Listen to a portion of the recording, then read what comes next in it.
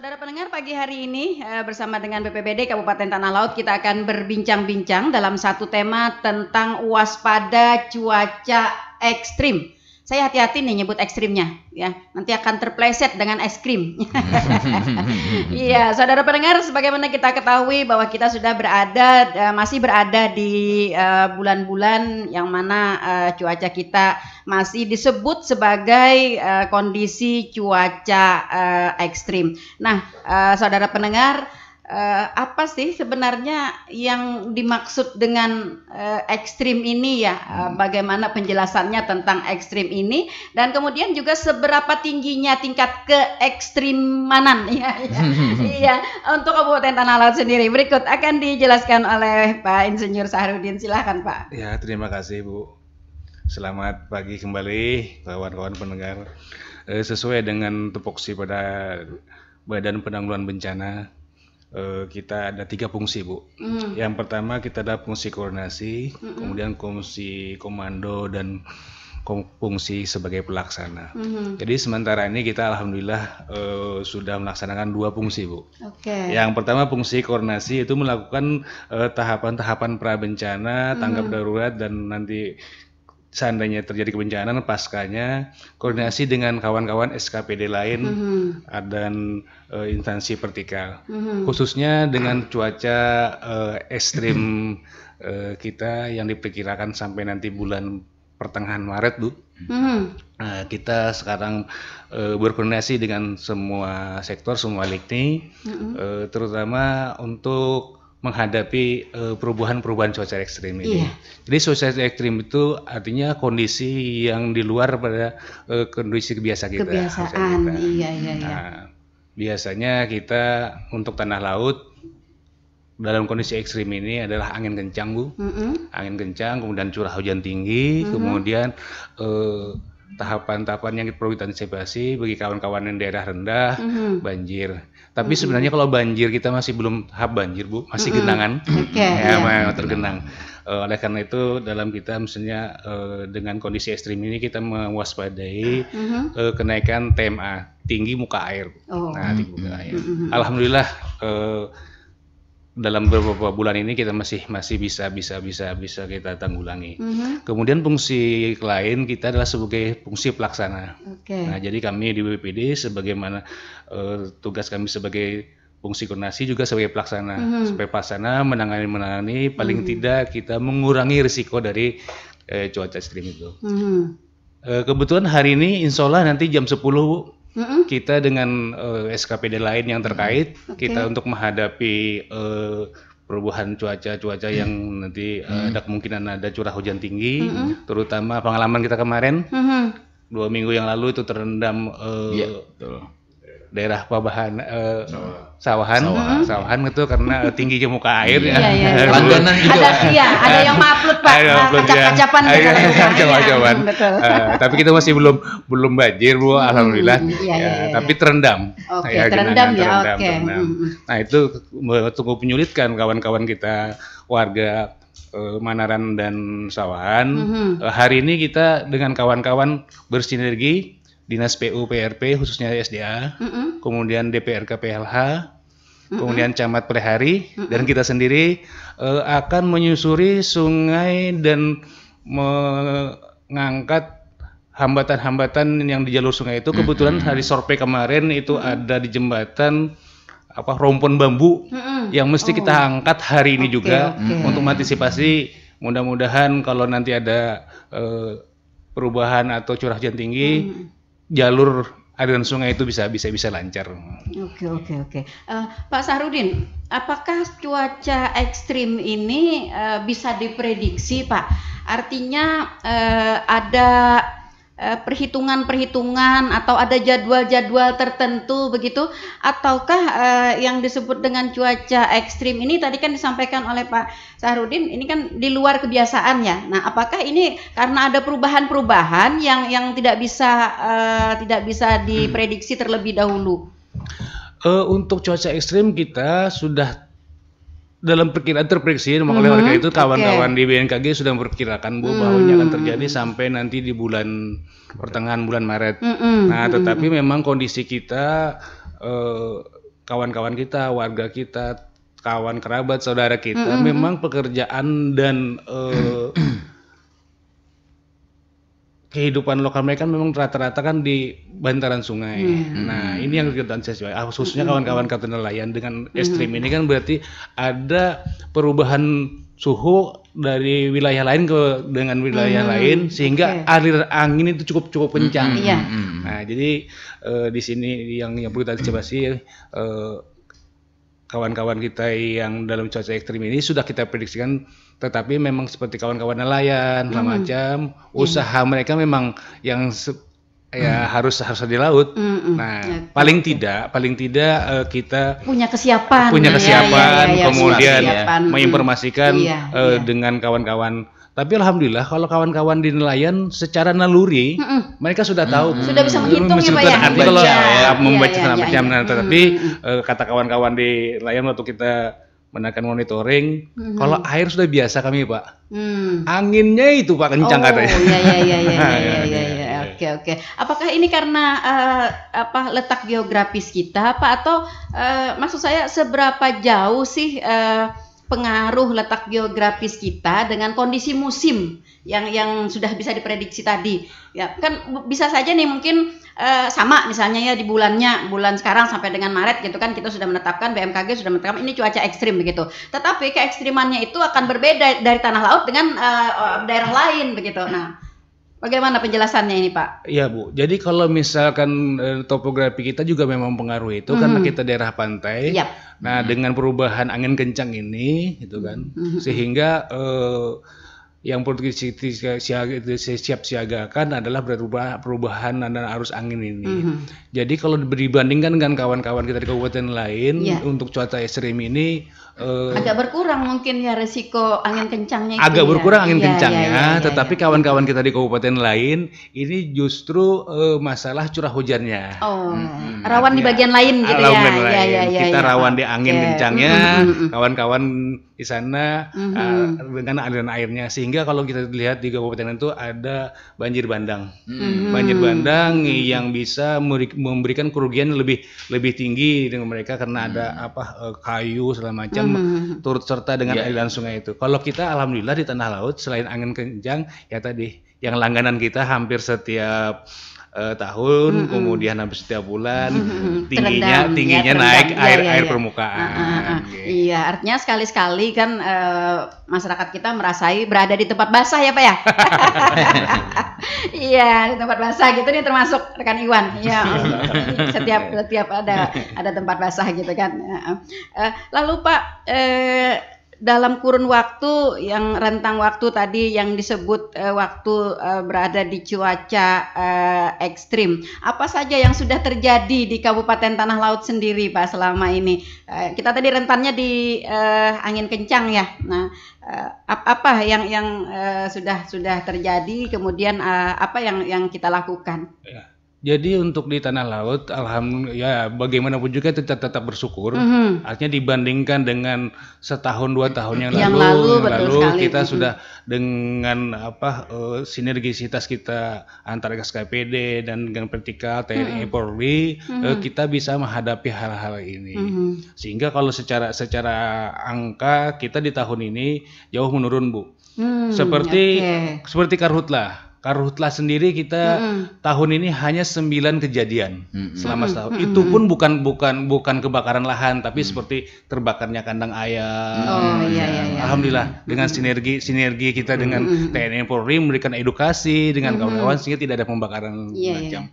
Nah, dampak dari kita berkurangnya pembakaran lahan macam berdampak juga ke kurangnya kita naiknya tinggi air permukaan. Jadi kalau kita bandingkan dengan tahun-tahun lalu, tahun ini kita kalau naiknya air permukaan itu yang banjir hanya 28 kali. Tapi tahun-tahun sebelumnya kita justru lebih tinggi. Kenaikan air kita di tahun 2021 mengalami 79 kali, Bu. 79 kali naiknya tinggi air permukaan, sedangkan untuk tahun 2022 ini hanya 28 kali. Jauh ini, berarti lebih dari 50% ya menurunnya. Kita sangat berterima kasih dengan kawan-kawan SKPD lain dan vertikal macam, dengan sinergitas kita ini bisa mengendalikan penurunan kegiatan apa yang terjadi di wilayah kita. Iya. Lalu dengan adanya kondisi seperti ini, tentu kita sudah bisa memperhitungkan dampak-dampaknya. Kemudian juga bagaimana tindakan antisipasi kita, Pak? Karena kita kan sudah tahu nih tadi bahwa pada mulai dari bulan ini sampai ke bulan ini nanti akan ekstrim gitu kan. Nah, jadi tentu BPBD sendiri bersama dengan instansi lintas sektor kita sudah memasang ancang-ancang untuk antisipasi. Iya, apa saja, Pak? Ya, jadi sekali lagi kami berterima kasih kawan-kawan sektor lain, terutama seperti perumahan dan pemukiman. Mereka bisa memberikan edukasi masyarakat yang di daerah pemukiman selama untuk bersiap. Kemudian kawan-kawan SDA untuk di MPU, kawan-kawan sendiri bisa lihat sekarang saluran sungai kita sudah dibenahi dan alhamdulillah, sehingga dengan pembenahan yang di sektor lain itu kan, alhamdulillah tadi kita ada penurunan kejadian kenaikan tinggi muka air. Apakah ini juga berdampak pada daerah-daerah yang memang kondisinya berada di dataran rendah, Pak? Dataran rendah ya, karena memang kita kan terdiri dari dataran rendah juga dataran tinggi. Nah, yang di dataran rendah ini mungkin hujan yang agak banyak sedikit sudah terendam begitu. Nah, ini mungkin menjadi sebuah fenomena yang kalau disebut langganan sih ya juga. Nah, seperti itu ini. Ya, bagaimana ini, Pak? Untuk tahun-tahun ini sebagaimana kita komunikasi dengan kawan-kawan khususnya SDA, dengan kita terbukanya saluran dari dalam perkotaan kemudian di pegunungan, bagaimanapun juga nanti akhirnya akan di daerah rendah ini akan terkonsentrasi air. Oleh karena itu kawan-kawan SDK untuk tahun ini konsentrasinya juga membenahi saluran-saluran di daerah rendah. Dengan tersalurnya air, tertata, terkelola air ini, insya Allah kita akan kejadian-kejadian kenaikan tinggi muka air insya Allah akan turun. Nah, artinya dapat dikurangi ketinggian air. Tinggal kita antisipasi kegiatan kita, perubahan cuaca La Nina nanti putaran per 5 tahun dengan kenaikan tinggi gelombang laut. Nah, ini yang seperti pengalaman kita tahun 2021, sebenarnya segi saluran pengolahan air itu cukup kondusif, kita cukup tertata. Cuman kebetulan musim hujan dibarengi dengan naiknya tinggi air permukaan air laut. Pasang sehingga kita terjadilah kemarin di tahun 2021. Nah, mudah-mudahan yang kejadian 2021 kita tidak akan terjadi lagi ya. Kita masih terasa sampai saat ini ya, Pak ya. Iya, masih terasa betapa kita sangat prihatin dengan kondisi itu, bukan hanya bencana secara tingkat provinsi, tingkat daerah ya, tapi kemarin kita sampai ke tingkat nasional. Tingkat nasional. Baik, saya ke Pak Usairi ya. Pak Usairi, selama kurun waktu beberapa bulan dalam kondisi ekstrim ini, tentu seperti yang disampaikan oleh Pak Saharudin tadi, ada beberapa wilayah yang mengalami terendam, kemudian ada angin kencang begitu ya, angin kencang. Nah, bagaimana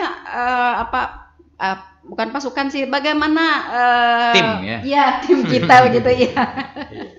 Ya, tim kita. Tentu kalau misalnya dalam hal yang mungkin tidak terlalu besar ya, tentu mungkin tidak memerlukan personil. Tapi tetap mungkin kita harus memberikan bantuan. Apa nih yang sudah kita lakukan selama ini? Dapat saya sampaikan di sini, Pak Ibu ya, untuk tahun 2002 ini yang untuk kejadian yang mengalami peningkatan ini cuaca ekstrim, terutama angin kencang puting beliung. Nah, itu kemarin pada tanggal 23 Desember itu ada beberapa kejadian puting beliung di Kecamatan Bati-Bati, di Takisung, di Kecamatan Kurau, Bumi Makmur. Itu totalnya itu sebanyak 25 kali kejadian itu. Dan alhamdulillah itu untuk logistik keperluan dasarnya dapat kita penuhi. Kemarin untuk yang Bati-Bati sampai langsung Bapak Bupati yang menyerahkannya kepada warga yang terdampak ya. Nah, untuk yang daerah lainnya kita personil dari BPD, Dinas Sosial dan PMI. Kita selalu bersinergi Pak dengan kawan-kawan dari melaksanakan PMI fungsi koordinasi seperti yang disampaikan oleh Pak Sarudin tadi. Nah, kira-kira kalau di data mungkin tingkat tingkat kerugian mungkin Pak bisa mungkin bisa digambarkan, mungkin rumah yang habis atau warung yang habis atau ada perkantoran atau ada sarana sosial atau bagaimana begitu? Itu untuk jenis kejadiannya itu bermacam-macam tingkat kerusakannya Bu. Ada yang atapnya semua terbang itu, ada atap rumah maksudnya? Atap rumah atap rumah. ada yang hanya sebagian, tapi itu termasuk yang kita beri bantuan Bu untuk logistik keperluan dasarnya, karena untuk ini Bu, untuk angin puting beliung ini kan dia kan warga yang terdampak ini cukup trauma juga Bu. Jadi dengan bantuan kita berikan itu alhamdulillah bisa meringankan beban bagi warga yang terdampak itu. Dan Bupati kemarin komitmen itu untuk memberi bantuan kepada warga yang terdampak terdampak bencana angin puting beliung tersebut. Oke, baik, kita ke suara pendengar dulu Pak. Ini ada pendengar kita yang bergabung di live streaming Facebook. Ada rekan Heri di Ketapang. Maaf ulun umpat betakun jar Pak. Nah, ini umpat betakun dalam situasi hujan nang tatarusan. Apakah berfungsi maksimal pintu-pintu air di wadah kita nih? Nah, itu Pak. Apakah ada distanbaikan seorang penjaga yang bertugas buka tutup pintu air seperti di daerah-daerah Jawa? Nah, terima kasih. Itu satu Pak ya, dari rekan Heri di Ketapang. Nah, kemudian yang kedua, apakah ada kerjasama dari pemerintah kita dengan BMKG sehingga ada perkiraan peringatan-peringatan dini ya cuaca berbahaya bagi kita-kita yang ada di daerah pesisir? Terima kasih rekan Asnan di Pagatan. Nah, di orang Pagatan Pak. Yang ketiga, ini kan cuaca masih ekstrim. Jadi ada pohon-pohon dan ranting-ranting yang dirasa mulai berpotensi berbahaya, yang sewaktu-waktu bisa roboh atau patah bila terkena angin dan bisa mengenai rumah warga. Jadi melaporkannya untuk memotong ke BPBD kah atau kemana kah? Nah itu Pak. Iya, masyarakat belum tentu punya alatnya untuk memotong itu. Kalau ada kontaknya, terima kasih Acil Imau di Bramban. Nah Pak, ada 3 penanya kita ya. Terima kasih ya rekan-rekan penanya, Bapak Ibu yang sudah bertanya di kesempatan pagi hari ini. Langsung ditanggapi Pak Sarudin. Ya, terima kasih Bu. Jadi untuk menanggapi nanti akan dibantu oleh kawan-kawan dari kesiapsiagaan, tapi sebelumnya kami sampaikan untuk pintu air macam seperti yang kita sampaikan tadi, kita selalu berkoordinasi dengan kawan-kawan di sumber daya air. Mereka juga ada macam. Justru dengan terkelolanya air ini kita bisa mengelola dampak tingginya kenaikan permukaan air. Seandainya tidak ada pengelolaan semacam, mungkin di tempat Pak Iwan ya bisa bertambah lagi Pak. Iya. Lebih basah lagi ya. Lebih basah lagi. Tapi selanjutnya itu untuk hal-hal itu menanggapi bagaimana informasi untuk kawan nelayan tadi, kemudian untuk persiapan tadi kena angin kencang, ada pohon tumbang segala macam. Kita juga tadi sampaikan kita bersinergi dengan kawan-kawan di PRKPLH yang di bidang tata kota yang di sana. Kebetulan kami juga pernah di sana Bu. Nah, insya Allah kawan-kawan di sana akan melayani jika ada permintaan. Tapi paling tidak kawan-kawan masyarakat ini macam seperti ada pohon yang tinggi dekat rumah, kemudian macam lebih awal dibenahi dulu, jangan sampai seperti kemarin kita ada beberapa kejadian yang terroboh ke tempat kediaman. Mungkin selanjutnya mohon Pak, ini kebetulan ada Pak Kasih kesiapsiagaan. Nah, beliau yang sekarang ini selalu on time siap siaga. Oke, Pak Bakti. Iya, Pak Bakti Purwanto. Ya, silakan Pak. Baik, Ibu, untuk optimalisasi fungsi bangunan pintu air yang seperti yang ditanyakan oleh saudara Heri dari Ketapang tadi terkait dengan situasi kita menghadapi ini masih dalam tahap Siaga. kita siaga curah hujan kita di sebagian wilayah di Kabupaten Tanah Laut memang untuk dari bulan Desember kemarin sampai ke bulan Maret 2023 itu sebagian besar masih di taraf karakteristiknya curah hujannya normal, namun ada juga beberapa kecamatan yang berada di atas normal. Tapi secara keseluruhan wilayah-wilayah daerah di Kabupaten Tanah Laut untuk curah hujan dalam periode Desember 2022 sampai Maret 2023 masih dalam karakteristik curah hujan normal. Kita berdoa mudah-mudahan tidak terjadi kembali terulang kejadian bencana masih di tahun 2021. Terkait dengan ini fungsi pintu air. Jadi kembali Bu kepada tugas fungsi BPBD, kita adalah tugas fungsi koordinasi. Jadi dalam hal pertanyaan ini tadi kita selalu melakukan komunikasi dan koordinasi dengan dinas teknis terkait dalam hal ini dinas PUPR dan pertanahan Kabupaten Tanah Laut. Berarti pintu air ini berarti kewenangannya dari PUPR ya? Iya. Namun dalam hal informasi tetap kita sebagai fungsi koordinator itu akan berlakukan koordinasi apabila ada laporan-laporan pengaduan dari masyarakat terhadap informasi apakah itu ada informasi gangguan ataukah ada hal-hal informasi penting terkait bangunan-bangunan di sektor perairan sungai. Itu kita selalu komunikasikan dengan bidang terkait yaitu bidang sumber daya air Dinas PUPR dan Pertanahan Kabupaten Tanah Laut. Karena untuk eksekusinya tetap sesuai kewenangan di ranah mereka. Namun informasi akan tetap kami jalin dan kami siap memberikan masukan dan bantuan baik itu informasi maupun bantuan data dukung lainnya apabila diperlukan oleh rekan-rekan dinas teknis terkait terhadap pengaduan-pengaduan masyarakat terkait adanya potensi gangguan menghadapi ancaman cuaca curah hujan di awal tahun ini. Demikian seperti itu. Nah lalu setahu Pian Pak Husairi masih menjawab pertanyaannya rekan Eri di Ketapang tadi. Adakah petugas yang standby gitu kan? Artinya ini kan cuaca ekstrim tadi, cuaca yang berada di luar kebiasaannya. Nah, ketika kita berada di luar kebiasaan, kita lalu yang dulunya mungkin karena di standby kan ada petugas di situ gitu. Nah, lalu sekarang di standby kan. Ini setahu Pian mungkin memang ranahnya di PUPR ya, tapi mungkin karena koordinasi kita bisa tahu ya. Berdasarkan informasi yang kita peroleh baru-baru ini memang ada sedikit perubahan mekanisme kerja dari kawan-kawan bidang sumber daya air. Jadi setahu kami itu kemarin itu sekarang ini sistem petugasnya itu ini Pak. Sistem mobile mereka. Jadi di mana ada titik-titik informasi mereka akan melakukan penindakan.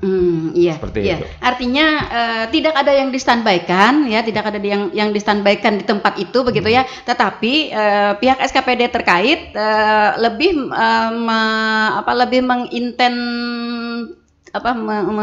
monitoring mobile.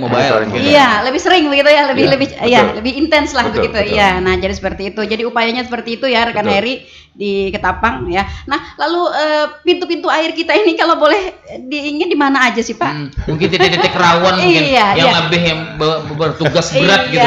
Jangan sampai nanti dikira pintu air di pasar situ. Mana sih pintunya gitu kan? Padahal jalannya pintu air gitu. Iya. Sebelumnya mungkin saya mohon izin, mudah-mudahan saya tidak akan menabrak koridor ranah wewenang. Yang jelas kan posisi kita itu kan untuk dalam kota saja kan imbasnya itu adalah kontribusi dari aliran debit aliran di Sungai Tabuniau. Kemudian ada masukan-masukan juga dari anak-anak sungai seperti anak-anak sungai yang ada di Atu-Atu. Kemudian ada anak sungai yang dari Parit, Saranghalang, itu Sungai Kandangan setahu kita. Kemudian ada juga anak-anak sungai dari yang dikirim dari daerah PTP, nah itu juga masuknya ke Sungai Tabunil. Nah itu yang memberi sumbangan. Nah memang sumbangan air. Iya. Iya. Memang ada beberapa bangunan memang yang memang pada awalnya fungsinya adalah untuk mengatur tata kelola air seperti disampaikan oleh Pak Kalaksa BPBD tadi itu. Tapi dalam perkembangannya memang sistem tata kelola air yang diharapkan oleh bidang sumber daya air Dinas PU itu akan terpengaruhi dengan adanya perubahan cuaca, apalagi cuaca ekstrim seperti ini. Oke, menjawab pertanyaan yang kedua tadi Pak, kerjasama tadi sebenarnya sudah dijelaskan oleh. Sebelumnya Bu, indikatornya apa Pak? Pintu itu bagaimana fungsinya? Kalau ada banjir atau gimana? Jadi kita juga belum tahu bagaimana. Gitu.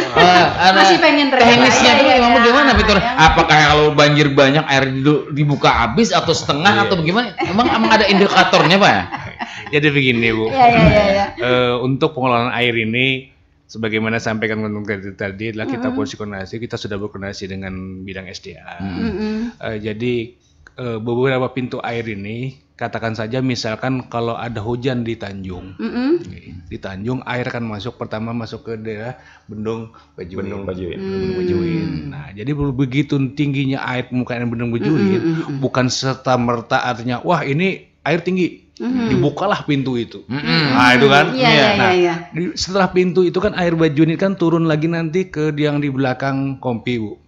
Di belakang Kompi itu kan ada pintu lagi. Nah, jadi dampaknya kalau misalkan tidak terkelola selama dengan tertata tadi, dibuka pintu di Bajuin akan menaikkan tinggi muka air di Kompi. Nah, kalau misalnya dengan serta merta di Kompi juga dibuka, maka akan terbukalah pintu air ke tempatnya Pak Ewan. Oleh karena itu kita percaya dengan kebijakan di SDA tadi dengan mobilitas tinggi ini, artinya mereka sudah memantau begitu ada ketinggian air. Untuk membuka itu mereka akan memantau dulu bagaimana kondisi di daerah yang terendah. Jangan sampai nanti kita menyelamatkan hanya genangan sedikit di daerah Bajuin atau di belakang Kompi, tapi merendam di tempat Pak Iwan. Menyelamatkan di sini ya mengorbankan. Oleh karena itu kita percaya penuh dengan kawan-kawan SDA. Jadi ada keseimbangan, mereka mengatur sedemikian rupa begitu ya. Mungkin itu Bu yang tadi yang tidak standby tadi dengan mobilitas. Mungkin pertimbangan ini mungkin ya. Pertimbangan teknis kawan-kawan di PU itu lebih efektif dengan mobilitas. Betul. Daripada benar dibuka pintu tapi airnya malah tidak terkendali. Iya, betul. Ya jelas ya rekan Heri di Ketapang. Oke, menjawab pertanyaan yang kedua tadi Pak dari Pak Asnan di Pagatan ya tentang kerjasama kita dengan BMKG. Nah, terus adakah katanya ya? Adakah? Nah, kemudian apa upaya-upaya kita untuk memberikan peringatan cuaca sedini mungkin ya. Nah, peringatan dini katanya, peringatan dini ya. Jadi untuk menanggapi peringatan dini itu kita ada beberapa edukasi, kemudian ada beberapa informasi, khususnya kita kan sekarang lagi mudah dengan media sosial.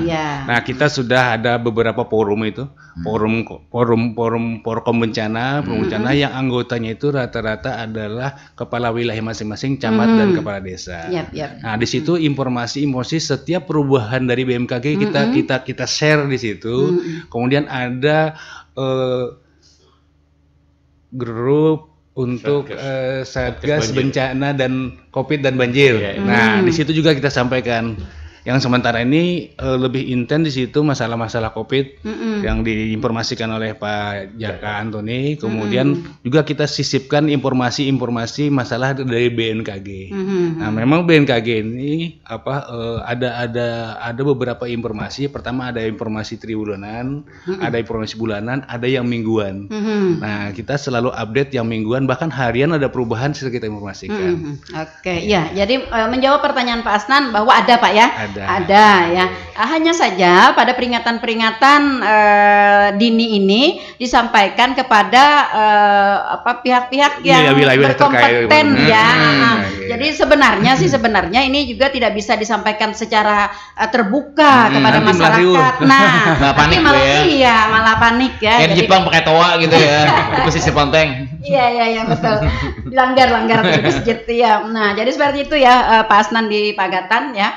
Jadi ada kerjasama tentu saja ya dari BPBD kita dengan BMKG ya, bahkan kerjasama ini sangat erat tadi disampaikan oleh Pak Sahrudin, ada informasi harian, informasi mingguan, informasi bulanan begitu, dan update tentang informasi dari BMKG itu sudah disampaikan melalui kepala-kepala wilayah masing-masing ya, mulai dari camat sampai dengan Pak Desa. Masalah pohon tumbang.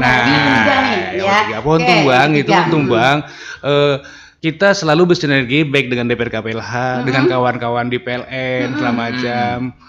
Sebagai contoh kemarin di daerah Takisung. Nah, jadi tahap melaporkan kalau misalkan mengikuti personnya karena kita perlu koordinasi, artinya sektor mana yang kita turunkan. Kalau darurat insya Allah kami turun, Bu. Nah, tapi untuk antisipasi sebelumnya ada kawan-kawan DPR KPLH, kemudian kalau itu di bawah jaringan membahayakan jaringan macam, silahkan warga kawan-kawan semua berkomunikasi dengan kepala desanya, kemudian akan disampaikan dengan kepala wilayah, akan di-share di Porkom Bencana. Nah, kemarin kejadian di Takisung itu pohonnya miring dekat tiang listrik, di-share di Porkom Bencana, alhamdulillah langsung ditangani kawan-kawan di PLN. Belum sempat roboh. Belum sempat roboh. Alhamdulillah. Jadi hal tersebut maksudnya tidak terkonsentrasi kepada kami, tapi dengan di-share-nya di lewat Porkom itu, nanti kawan-kawan yang sesuai dengan bidangnya, dengan resikonya akan insya Allah akan segera menanggapi. Iya. Artinya di sini diperlukan sekali tindakan aktif dari masyarakat juga ya, karena kita tahu ya Cil ya, ini Acil Limau tadi ya, Acil Limau di Beramban. Kita tahu juga Cil bahwa personil dan timnya di BPBD juga sangat-sangat terbatas ya. Kemudian juga para kepala wilayah kita juga sangat terbatas dengan berbagai aktivitasnya. Nah, di sini juga diperlukan adanya partisipasi dari masyarakat bila melihat hancap dilaporkan ya Bapak. Nah, hari ini insya Allah Bu, jam 10 kami DPR KPLH, PU, BPBD, pihak kecamatan ada di Beramban. Nah, Cil, ada ke Beramban Cil, Pak Sahrudin hari ini Cil ke Beramban. Iya. Nah, pian bisa melaporkan nih pohon pian yang mana yang pina miring, yang mana yang ranting pina anak di tabangakan sekali ya, manu menada. Ada bisi senso juga. Iya, ada sekali tadi. Nah, pula kayu ya. Oke, baik, terima kasih Acil Limau di Beramban ya. Tunggu nanti Pak tim akan ke sana ya. Jadi bisa disampaikan ya. Oke, baik, ada suara pendengar lagi Pak. Kita di suara pendengar ada rekan Sari di Pabahanan. Nah, tanya nih, sering kan kita lihat di Banjarmasin kecelakaan terjadi disebabkan karena mobil-mobil pemadam kebakaran yang maju kencang.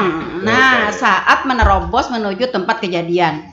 Untuk pelihari kan sekarang juga sudah mulai banyak pemadam-pemadam relawan. Apakah ada pelatihan atau bimbingan dari Pemkab dalam membekali SDM-nya untuk tata cara dalam mengemudi mobil sesuai aturan yang berlaku? Supirnya berlisensi lah. Nah, Pak Han, Sidin tahu di lisensi.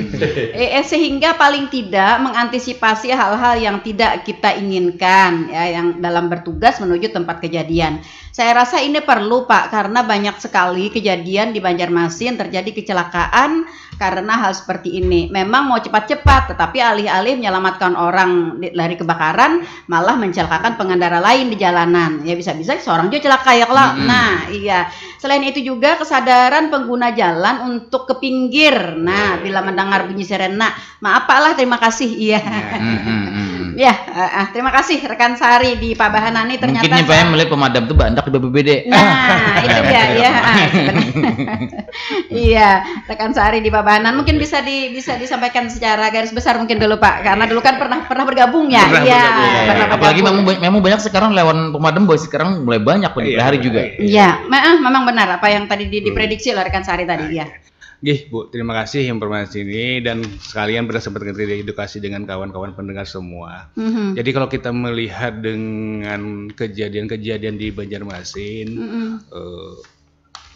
masalah kecelakaan, masalah darurat pada saat darurat memang sering terjadi. Sebagaimana tadi juga pertanyaan yang lain PU ini sebenarnya nanti, tapi mudah-mudahan kami tidak salah dalam menyampaikan informasi. Jadi untuk kebakaran informasi yang pertama Bu, kita memang kebakaran pemukiman dan fasilitas umum ini cukup meningkat. Oke. Tahun 2020 yang terlaporkan kami dengan BNPB itu hanya 13 kali kejadian. Kemudian tahun 2021 itu 21 sama dengan tahunnya Bu, 21 kejadian. Nah, kemudian untuk tahun 2022 ini setelah tutup tahun tadi kita laporkan tercatat sudah 30 kali kejadian kebakaran Bu. Banyak meningkat.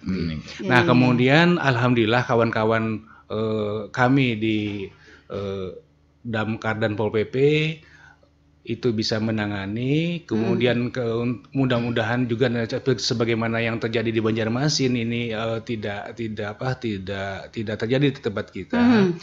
Kawan-kawan di pemadam kebakaran ini setiap kecamatan sudah ada unit ya Pak. Iya betul. Jadi misalnya untuk lintas di jalan nasional, insya Allah kita tidak berkurang ya. Berkurang. Nah kemudian setelah pada kesempatan ini kami edukasi juga dengan kawan-kawan relawan. Kadang-kadang kita empati dan semangat menolong ini tinggi. Panggilan jiwa. Nah, panggilan jiwa. Misalkan terjadi kebakaran, semua kawan-kawan relawan ini berangkat. Yang ambulan berangkat, ya kan? Yang pertolongan kecelakaan berangkat, macam padahal seharusnya yang berangkat yang prioritas itu adalah pemadam kebakaran. Jadi kita silahkan kawan-kawan Damkar dan Pol PP untuk berangkat menangani itu. Nah, memang di jalan kadang-kadang sebagian tadi juga kalau masyarakat kita masih belum mengerti memprioritaskan yang mana yang harus didulukan. Misalkan kita tidak jarang Bu, kawan-kawan di pemadam ini malah diajak balapan sama kawan-kawan yang lintas provinsi kan, atau mengambil kesempatan karena pemadam kebakaran dapat prioritas, dia di belakangnya. Betul.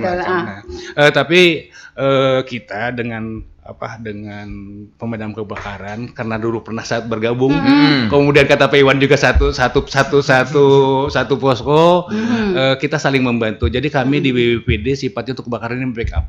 Jadi membackup kawan-kawan di pemadam kebakaran. Sebagai contoh misalkan untuk penanganan kebakaran dalam perkotaan, begitu kawan-kawan kita di posko berangkat pemadam kebakaran, kita juga berangkat, tapi kita menyiapkan cadangan airnya. Nah, jadi mohon juga dengan kawan-kawan untuk masyarakat kita semua, untuk kinerja kawan-kawan di pemadam kebakaran ini jangan dibantu Bu. Dengan dibantu ini kan malah jadi merepotkan. Pertama yang mereka teknis mereka malah SOP-nya.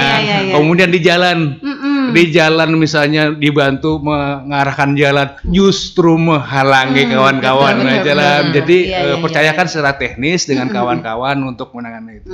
Tapi ya insya Allah Bu, dengan komunikasi kita, dengan edukasi intens segala macam, insya Allah apa yang terjadi di daerah lain sebagaimana disampaikan tadi jangan terjadi di tanah laut. Kami percaya dengan kawan-kawan Pol PP dan Damkar, apalagi Kasatnya kan adalah rekan sejawat kita selama cukup mumpuni untuk mengedukasi itu. Bapak Ibu sendiri lihat di tanah laut sekarang ini artinya kalau ada kebakaran berangkat, semua yang bergerak hanya mobil pemadam kebakaran. Yang sampaikan tadi yang relawan lain selama menunggu setelah macam. Nah, kalau seandainya misalnya ada korban segala macam, baru kawan-kawan relawan lain yang bergerak. Jadi mungkin maksud tadi Bu yang bukan dari pemerintah ya pemadamnya, tapi yang dari para relawan pemadam kebakaran ini mungkin bagaimana dengan SDM pengemudinya ini tadi ditanyakan tentang lisensinya, apakah ada pelatihan atau memang ada program? Apakah mereka ini rata-rata mereka yang sudah mendapatkan sertifikat pelatihan begitu? Kalau yang untuk pemadam Bu, rata-rata kan sebenarnya pemadam kita yang ada tercatat di tanah laut relawan kebakaran kita seperti Talajaya. Talajaya itu kan semuanya alumni dari pemadam kebakaran juga. Insya Allah kemudian yang di Palam, kemudian di terminal, ini semuanya mengiris semua.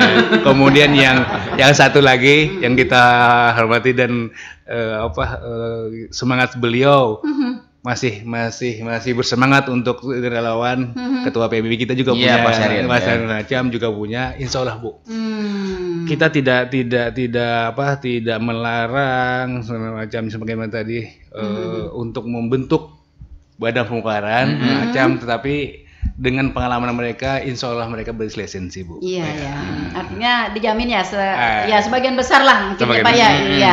Artinya jangan khawatir. Nah, perlu juga kami sampaikan ya rekan Sari di Pabahanan bahwa sebenarnya untuk masalah pemadam kebakaran ini ranahnya adalah di Satpol PP. Memang dulu bersatu dengan BPBD ya. Saat ini sudah berpindah ya bersatu dengan Satpol PP. Nah, namun demikian seperti disampaikan oleh Pak Saharudin tadi ya, BPBD tetap selalu berkoordinasi ya untuk penanggulangan tentang kebakaran ini. Mungkin karena bencana ya, BPBD nanti ada kategori khusus ya menangani bencana ini. Kalau misalnya bencana ini melebihi dari berapa besarnya begitu, jadi bisa menjadi tugasnya dari BPBD.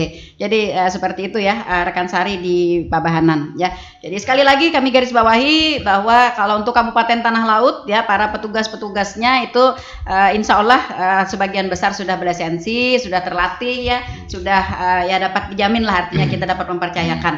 Satu juga tadi seperti apa yang disampaikan oleh Pak Saharudin ya, pada saat terjadi bencana kebakaran diharapkan kepada masyarakat ya untuk mempercayakannya Pak ya. Iya. Mempercayakan. Apalagi kalau misalnya datang berkajal-kajal hanya ingin menonton atau video ya. Nah, itu ya akan menghambat. Jangan mengambil selangnya ya kalau Bu. Iya. Kadang itu Bu yang biasa masyarakat mengambil. Begitu ya. Iya tadi. Ngambil alih ya. Iya, artinya bermaksud ingin membantu kan Pak ya. Bermaksud ingin membantu, tapi kita kan tidak tahu teknis-teknis dan SOP-nya begitu. Nah, seperti itu. Niat baik dari masyarakat memang kita hargai ya. Tapi lebih baik lagi kita percayakan dulu gitu ya kepada tim-tim kita. Seperti itu ya Pak ya. Oke, baik. Menambahkan Bu? Siap, silakan.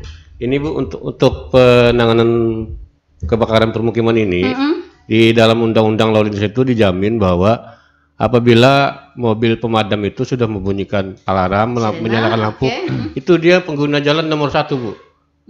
Jadi warga masyarakat ya siap-siaplah memberikan jalan kepada minggir Pak ya. Diberikan jalan lah itu. Dalam kesempatan ini juga ya kita sekali lagi memberitahukan begitu ya kepada masyarakat kita untuk memberikan arus utama kepada. Memang kalau anak cepat beratan Pak lah. Pak udah anak lakas jar Banjar, anak lakas sampai. Nah, karena waktunya lewat karena. Iya, kalau percepatan memang kita anak cepat. Tapi karena memang itu adalah gawat darurat ya Pak ya. Nah, jadi memang aturan dalam peraturannya seperti itu. Seperti itu ada di undang-undangnya ya. Jadi diharapkan sekali lagi nih kesadaran dari masyarakat minggir sebentar. Nah, kemudian yang kedua tadi seperti yang disampaikan oleh Pak Saharudin, jangan mengambil keuntungan ya, jangan mengambil keuntungan dari adanya arus utama mobil pemadam kebakaran atau mobil ambulan ya Pak ya. Iya, karena itu juga akan merugikan pengguna jalan yang lain juga. Nah, seperti itu. Oke, kita sambung ke ini tadi Pak Bakti. Iya, oke, Pak Sairi tadi Pak, silakan. Pak Bakti. Oke. Kita sambung yang terputus tadi tentang tindakan-tindakan pasca. Ya, pasca bencana. Ya. Oke, baik Ibu, kami di sini mohon izin Pak Kalaksa, kami dari bidang pencegahan dan pencegahan mewakili kawan-kawan di bidang rehabilitasi dan rekonstruksi. Jadi pasca bencana, jadi bidang rehabilitasi dan rekonstruksi adalah seperti yang tahun lalu Pak Iwan sampaikan adalah bagian bersimpun. Nah, seperti itu. Namun berdasarkan data-data Bu.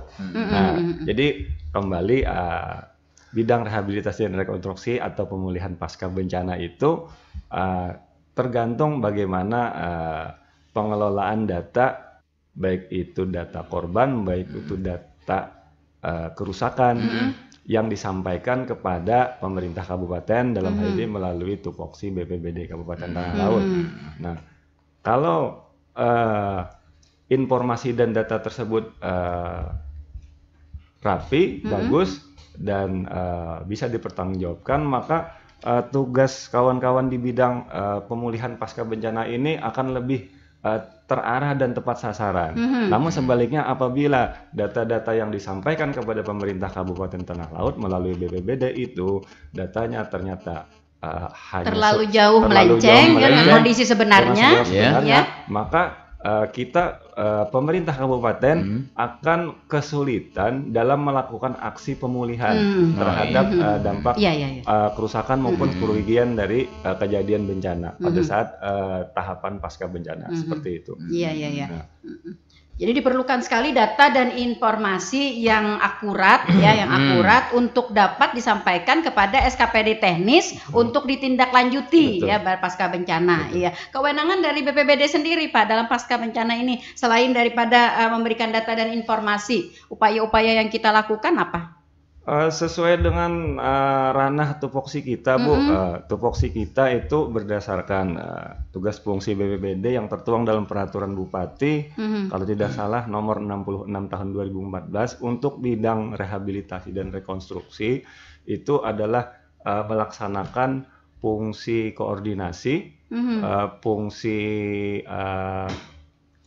pengendalian terhadap kegiatan rehabilitasi dan rekonstruksi pasca bencana. Jadi bidang 3 atau bidang rehab rekon di BPBD itu hampir mirip fungsinya seperti fungsi Badan Perencanaan Pembangunan Daerah. Seperti itulah BPBD pada intinya. Namun dalam ranah penanggulangan bencana. Jadi kita menjadi koordinator terhadap informasi data yang masuk dari data kerusakan, data korban, lalu nanti akan dilakukan proses analisa bersama-sama dengan dinas-dinas terkait dan juga melibatkan idealnya melibatkan para akademisi dalam hal ini untuk pemulihan pasca bencana itu disiplin ilmu yang lebih concern adalah selain geografi terapan itu juga perlu juga disiplin ilmu rekan-rekan dari bidang psikologi karena terkait dengan ada fungsi pemulihan sosial psikologi korban bencana seperti itu. Nah, proses ini yang semestinya dan ini akan kita bangun kembali fungsi koordinasi ini, komunikasi ini dengan sektor-sektor terkait tadi supaya kita bisa menghasilkan tindak lanjut atau output penanganannya seperti apa supaya yang tepat supaya tepat dan terarah tadi. Formulanya jangan sampai artinya kita ini nanti akan dijadikan sebagai sebuah kayaknya sebuah pedoman. Nah, untuk karena kita salah mengambil langkah gitu sehingga bantuan dari kita itu seperti kayaknya diambil sebagai suatu bulan-bulanan atau keuntungan gitu sehingga tidak mendapat sasaran tahun depan karena kayak itu lagi, tahun depan karena kayak itu lagi begitu ya. Nah, akhirnya itu menjadi sebuah fenomena buruk bagi kita. Nah, seperti itu ya. Mungkin terakhir dari Ulun nih ya, mungkin jam 10 berangkat BPBD nih ya. Bagaimana keadaan kondisi terkait TRC kita Pak? Reaksi cepat, apakah SDM-nya berapa sekarang atau bertambah atau meningkat tim reaksi cepat dari BPBD ini sekarang kondisinya? Ataukah tersebar di kecamatan sekarang? Ya, terima kasih. Memang program kita mulai akhir tahun ini dan tahun ke depan adalah membentuk TRC. TRC itu kan kalau lihat baju kalau di Pewan bajunya Pak Usa itu quick reconstruction. Ya itu saya lihat itu jadi nanya gitu ya. Artinya tim reaksi cepat. Jadi tim reaksi cepat kita sebagaimana tadi sebagai tugas pokok kita adalah fungsi pelaksana dan koordinasi untuk cepat penanganan ini macam misalkan ada terjadi bencana. Ini mana nih bukan BPBD nih? Sebenarnya sebenarnya sebagaimana sampaikan Pak Bakti tadi, secara penanganan bencana kan kayak pentahelik. Artinya ada pemerintah di situ, kami sendiri, pemerintah, kemudian ada dunia usaha, ada akademisi, ada media, gitu kan, kemudian ada masyarakat sendiri. Nah, jadi tim reaksi cepat ini macam kita mengambil secepat mungkin menanggulangi kejadian tidak berdampak baik fisik maupun psikologis dan material pada si penyintas sehingga dengan tim reaksi cepat ini kita bisa menangani tersebut. Jangan terjadi misalkan banjir. Ini mana nih karena ada bantuan nih, Bu? Iya. Logistik sharing logistik aja gitu kan.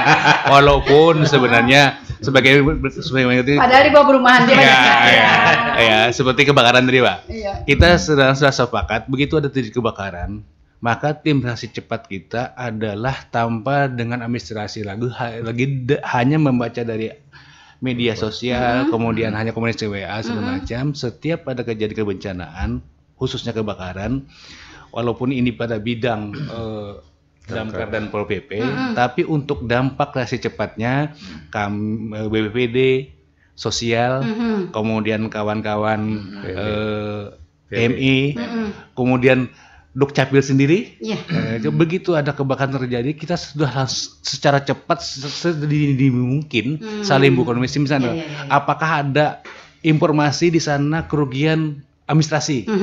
Kalau misalnya Pak, memang sana ada kerugian administrasi. Kalau tidak ada kerugian administrasi, kita langsung pada saat itu juga berkomunikasi dengan kawan-kawan di Dukcapil untuk mencetak ulang semua administrasinya. Ya, tanpa jadi masyarakat sudah tidak minta lagi begitu. Keesokan harinya kita sudah mengunjungi sana, kemudian empati pemerintah kita sampaikan dengan Pak Bupati atau Pak Sekda, Pak Wakil bahwa ini terjadi kebakaran, mohon izin kita menyampaikan logistik lewat Pak Husairi, macam seadanya kita paling tidak untuk hidup pokok mereka sehari dua itu ada. Kita juga koordinasi dengan kantor PNI, kemudian dengan sosial, mengunjungi bersama-sama, Bu. Jadi tidak masing-masing lagi, bersama-sama sekaligus kita cek kondisi di sana apa yang diperlukan. Nah, karena mereka mengalami kerugian tadi secara fisik dan material rumah segala macam gitu kan, akan dilihat misalkan oleh sosial. Nah, ini nanti ranah sosial menghitung seberapa akan dapat bantuan atau untuk pemulihan yang sampaikan Pak Bak tadi, pemulihannya semacam. Kalau misalnya hanya dapurnya terbakar sedikit, ya kan, itu sekian misalnya perhitungan sosial. Kalau misalnya habis satu buah rumah, pemerintah daerah kadang apa membangunkan surat. Paling tidak ada empati keberadaan pemerintah daerah untuk mengamankan hidup pokoknya dulu. Ya, betul. Karena juga kemampuan pemerintah tentu saja terbatas ya Pak ya. Hidup pokok Bu ya, artinya untuk makan, minum, tempat tinggal cukup. Tapi kalau situ lapor dengan Pak Bupati, Pak, ulun sepeda motor hilang, macam, ajar Pak Bupati ada tahan nih. Tapi paling tidak hidup pokoknya. Iya benar. Amas ulun bayar 100 gram bakar juga. Atau istilahnya dibakarakan aja. Buruk dia sudah ya. Buruk. Iman itu padahal Pak Bupati tilam terbakar dapat alga ya. Dapat alga. Iya, seperti itu ya. Bagaimanapun juga pemerintah tetap memberikan perhatian yang luar biasa ya, berupaya semaksimal mungkin ya untuk memberikan bantuan kepada masyarakat, tetapi ada skala-skala prioritas tersendiri yang seperti disampaikan oleh Pak Saharudin tadi. Skala prioritas pertama dulu yang soal sembako dulu ya Pak ya. Hidup pokok dulu. Pokok dulu gitu ya. Seperti itu. Iya. Kemudian Pak, ini satu lagi kita tentu saja kan untuk penanggulangan bencana ini ya, tadi seperti disampaikan oleh Pak Saharudin, kita harus selalu saling berkoordinasi, harus selalu saling terlibat, bukan hanya pada SKPD pemerintah, tetapi juga dunia usaha. Selama ini Pak mungkin bisa bagaimana partisipasi dari dunia usaha, karena kita tahu ya daerah kita ini kan juga daerah industri juga ya, ada bagaimana Pak partisipasi dari dunia usaha terhadap penanggulangan bencana, baik pada saat terjadi, pasca terjadi, dan juga tindakan preventifnya. Artinya kita sampaikan tadi Bu, alhamdulillah dunia usaha kita sangat berempati macam. Nah, tapi juga tadi mohon pengertian warga yang penyintas tadi, misalkan seperti kawan-kawan di Jorong dan Kintab. Mana nih pemerintah nih? Ya kan, yang membantu nih ada JBG sudah aja. Artinya membantu macam. Nah, kita sudah terpantau. Iya, padahal itu sama ya Pak. Terpantau. Kita pentahelix ini kan kita dari dunia usaha, masyarakat sendiri. Jadi supaya tidak tertumpuk bantuan di sana macam, akan selalu kita pantau, dan kawan-kawan dunia usaha pun akan melaporkan, Pak, sehubungan kejadian ini kami akan bantu macam, supaya gini Bu, apa yang dibantu oleh dunia usaha tidak sama dibantu oleh pemerintah. Nah, nanti misalnya Sebagai contoh kemarin kawan-kawan dengan musibah ekstrim ini, kemudian tinggi air macam kita kekurangan air bersih, air bersih, air mineral. Nah air bersih, alhamdulillah JBG dan Arutmin itu membantu air bersihnya untuk urusan MCK-nya. Nah kemudian kawan-kawan sosial macam Pak, kita kebutuhan stok habis untuk air mineral. Nah kawan-kawan komunitas dari pasar modern lah. Pasar modern. Nah, perusahaan mereka bergabung menyampaikan air mineral macam. Walaupun artinya pada saat kita sampaikan, tapi tidak terlalu rinci, Bu. Ini dari Alfamart, ini dari Irwat, ini CV, terlalu riuh dan macam. Tapi paling tidak dunia usaha, alhamdulillah, Bu. Aktif ya di daerah kita dan mereka setiap kita minta itu informasikan dan mereka pun membantu akan berkoordinasi menyampaikan dengan lapor kita supaya tidak tumpang tindih ya. Jadi perlu juga nih di pengertian dari masyarakat ya. Jadi ini ada aja bantuan dari perusahaannya, tapi dari pemerintah belum lagi. Nah, artinya ya itu sudah terkoordinir ya Pak ya. Jadi dari manapun juga itu adalah atas komando pemerintah ya. Iya, seperti itu ya.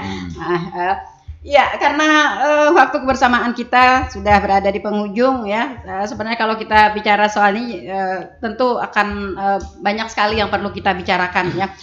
Tapi intinya ya apa-apa yang sudah disampaikan oleh bapak-bapak kita dari BPBD, Pak Sarudin, Pak Usairi dan juga Pak Bakti tadi ya, dalam rangka kita mengantisipasi dan menghadapi cuaca yang ekstrim sampai dengan pertengahan Maret 2023 ya. Kita sudah banyak kesiapan ya, kemudian juga yang sudah terjadi kita juga sudah melakukan penanganan ya, sehingga masyarakat dapat nggak Pak tidur nyenyak gitu Pak ya? Iya, banjir kan tidur nyenyak belanja. Ingin. Oke, artinya pemerintah kita sudah maksimal sekali untuk melakukan upaya-upaya tersebut, bekerja sama dengan instansi dan lembaga lintas sektor, juga bekerja sama dengan perusahaan-perusahaan dan usaha lainnya ya. Terima kasih Pak, Bapak-bapak yang sudah bergabung.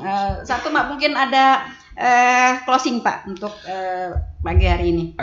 Terima kasih para pendengar semua dan terima kasih atas dukungan selama pelaksanaan tugas kami. Paling tidak secara dini kawan-kawan masyarakat menginformasikan dengan kami dan melaksanakan pertolongan sesama ini. Sebagai contoh Bu, misalkan kalau ada kejadian kecelakaan di permukaan air.